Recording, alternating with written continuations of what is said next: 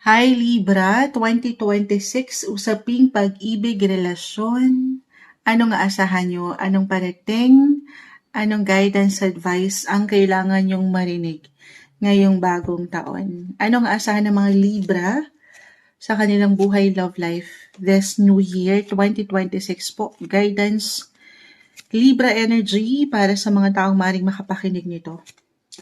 2026, buhay, pag-ibig, message. Guidance po para sa mga Libra. Okay. May pumagsak na agad. The Page of Wands. Add pa tayo. Subukan natin na maging straightforward. Hanggat kaya, ito na po. Kumpol na sila. Hindi natin pipigilan. The Page of Wands. The Empress. The High Priestess. Okay, medyo marami pala to. Sige, ilatag natin lahat.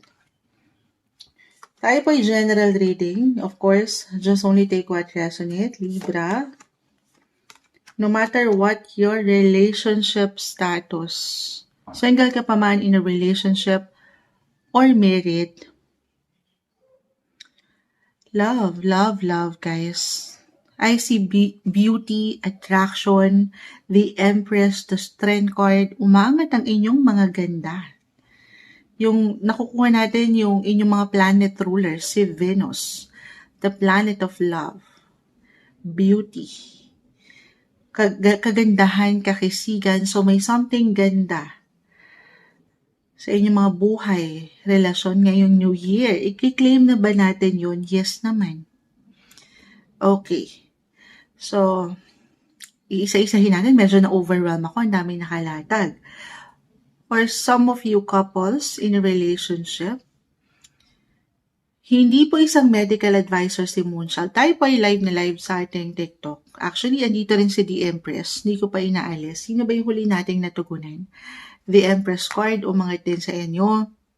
Pakita natin sa live. Oo. Libra. Maaring merong, ito na, baby blessing. Merong magbuntis. Ready ba kayo doon? Oo. The Strength card, Page of Wands. Umangat yung young, new beginnings, new page, new chapter sa inyong pagsasama. Why not? At ito yung blessing na maituturing syempre naman. But of course, kung ito lang naman ay handa kayo sa realidad, totoo naman yan. This is something na kailangan pinaghahandaan na rin. Kasi it could be unexpected for some. So, kailangan, of course, mag-iingat. Okay, kung hindi pa ready, physically, mentally, emotionally, or even financially, kasi ang pagbe-baby, totoo naman, ay isa rin pong responsibility. So, ayan. Pero yan po ay blessing na maituturing. Merong mag-a-add up na miyembro sa pamilya ngayong bagong taon. Claim na ba natin yan? Lalo pa if there's something din po na nilulook forward nyo as a couple. Okay. Samahan ng patuloy na dasal or lalo kung ito'y napaangat nyo na sa kanya. Walang imposible para sa inyo actually. Oo. Nag-highlight din dito guys yung tungkol sa inyong mga wishful thinking, your hopes, your dreams, your wishes. Maaaring ito kasi yung napaangat nyo rin Or kung ano yung nilook forward nyo sa isang relasyon, single, in a relationship. Manifestation, walang imposible na yan po ay parating sa inyo this new year. Connect, communicate, yung connection, kahit over the net, single. Of course, you have to do your part, Libra. Kasi yung opportunity, hindi po yan sa lahat ng pagkakataon ay kusang ipinapaangat ng madla, ng universe. Para rin po yung trabaho, Kailangan nyo rin mag-take ng some action, effort. Kayo yung maghahanap. You have to put yourself out there more. Kung kailan po ay handa or willing, just because umangat dito na yun yung pinaka-advice kasi na aking nakikita ay, kasi sabi ni Moonchild patay tayo dyan, si Moonchild ang masisisi. Pero, of course, kayo higit na makapagpapasya. Kung ready lang naman kayo at walang pag-iimbot, yung willingness sa inyong mga puso na meron kayong gustong makilala. Yan po ay hindi imposible ngayong bagong taon. Be open kahit over the net yung connection. I see yung friendship, teammates, workmates, or pagdating sa isang event, party, business man yan, or personal events. Kung willing kayo dyan, paangatin niyo yung inyong mga social side, social sector. Yes po. Sabi ko nga, it could be unexpected for some eh. Tayo ay general message. Maring merong ilang tao sa inyong paligid na siyang magbigay daan patungo kay the one kung ito lamang po ay pahihintulutan nyo. This is the Three of Cups. Friendship, sector, social. Or kung meron kayong ilang community, organization, groups, Libra, walang imposible na meron kayong makilala dyan. Merong ma-impress sa inyong pagiging charming, magnetic, yung mga oras yung natural. Hindi nyo pa man yan ma-realize. Or through travel, kahit over the net guys, umangat din ang long distance relationship. Yun lang maaring may ilang delays. Or kung andito na kayo sa isang relasyon na parang nagkaroon kayo ng ilang, or magkakaroon kayo at one point ng difficulty, wala naman pong perfect relationship eh. Totoo naman yan. Ang mga bagay ay maidadaan sa mabuting usapan, communication po. Nag-highlight din po dito. Yes. Paano naman kami moonchild na parang medyo nagkakalabuan ngayon pa lang, or at one point this year, dumaan kayo sa ilang pagsubok, mawala yung spark or yung pagiging magical. Parang gusto niyo lang munang mapag-isa or talagang ang hirap pagkatiwalaan ng proseso kasi parang walang progreso. Be honest about what you feel, Libra. Yun. Maging totoo lang kayo. So kung ano yung nararamdaman nyo sa tao or siya rin sa inyo, reversal, or sa sitwasyon, do some reflection. At the end of the day, guys, Libra, of course, kayong higit na makapagpapasya. Kailangan nyo lang maging totoo. Minsan kasi nagiging in denial tayo eh. Okay? Kasi nga mahirap, mahal mo. Pero sa pagkakataong ito, lalo kung makaramdam kayo ng tension, ng ilang laban na parang kayo lang ang nakikibaka, parang hindi nag-reciprocate yung energy, then do some reflection. Okay, maging bukas kayo. Kahit sa simpleng pagpapaya, baka ito yun. The High Priest. Naka-reverse. Kasi hindi natin nakikita ng tayo lang. Minsan yung liwanag yung pagkaklaro. Kaya sa simpleng payo, opinion, someone older, mature, expert, or someone na pwede nyo mapagkatiwalaan, be open. Kaya sa simpleng komento, malaking bagay. Isang indikasyon lang yan, Libra, na hindi ka dito nag-iisa. Ano naman yung pwede nyong pagdaanan sa relationship. Opo. Be honest lang, ha?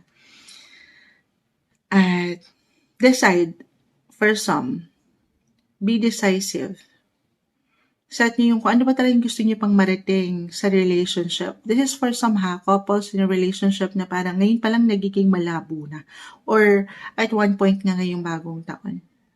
Decide nyo, mag-usap kayo kung aayusin niyo pa ba, i-work out niyo pa ba to together, itong relationship na ito. Meron pa bang ganda? Meron pa bang pagmamahal? Baka ito yung pinaka-advice. May something lakas pa ba? The strength card is here. May dahilan pa ba para ipaglaban ito? So, review, reflect, be practical din yung approach at hindi puro emotion lang ang papaangitin. Of course, Libra, you're all about balance. Alam nyo na to. Yung justice na deserve nyo, yun yung kailangan. Yung pagiging totoo at yung alam nyo, walang pagkakulang pagkasobra, yung deserve nyo rin sa relationship. Yun yung dapat yung makuha. Totoo naman. Pero ano pa man ang inyong kaharapin, ang ganda actually. Yung natural charm nyo, yung pagiging magnetic, yung kayo mismo, emotionally, physically, I feel that you will feel happiest ngayong bagong taon pagdating sa love. Content. Unstoppable yung energy, the Page of Wands. Umaangat yung pagiging young, childlike, free-spirited. Yes, may pagkaseryoso, but at the same time, kasi parang mas mature na rin kayo ngayon. seryoso, pero may pagkakalma. Go with the flow. Kahit paminsan parang ang hirap pagkatiwalaan nga po, may ilang delays akong nakikita. Huwag kayong mainip. Okay? At yung mga pwede nyong difficulty, tension, conflict, yes po, andito. 5-5, may changes pa yan, guys. Dadaan pa kayo sa ilang transitions, transformations. Oo. Pero, kung klaro lang kayo, magiging patuloy yung klaro sa kung ano yung nakikita nyong kayo sa isang relationship in the long run. Yung may long term. Panghawakan nyo yun. Okay? Hold your vision. Mag-move forward lang kayo. Tuloy lang, laban lang. Para less confusion. Huwag kayong masyadong magpapadistract sa ilang emosyon na normal, highs and lows, ups and downs, especially sa relasyon na ito, no? Wala namang perfect eh. Pero sa huli, basta fresh ka. Basta may ganda, may kakisigan. Doon pa lang, winner na. Oh.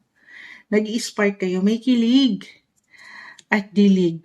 Why not? Kilig at dilig, gusto niyo yun? Patuloy na growth, okay? Patuloy kayo nag-grow sa relationship. Kahit sa mga pagkakataon nga na minsan may delays, huwag kayong mainip. Haba lang inyong mga PC, pagtitiwala sa proseso, sa sarili at sa relasyon. At of course, yung tiwala na mailalaan nyo sa Kanya. Patuloy na pagtitiwala sa ating nag-iisang Creator. Maging ano pa man po ang inyong faith, isentro nyo ang inyong mga faith, okay, sa inyong relasyon. Iangat nyo lahat sa Kanya. Kasi totoo yan. Alam naman natin how powerful ang prayers, guys. Actually, the Page of Wands, connected din yan, the High Priest, umaangat yung spiritual connection nyo sa Kanya. Okay, at yan, walang ihahain sa inyo ang universe, ang taas, na hindi nyo mapanghahawakan or malalagpasan. Patuloy na pagtitiwala. Ito yung umangat, alam ko may hugot pa. 2026, love message po tayo para sa inyo, Libra.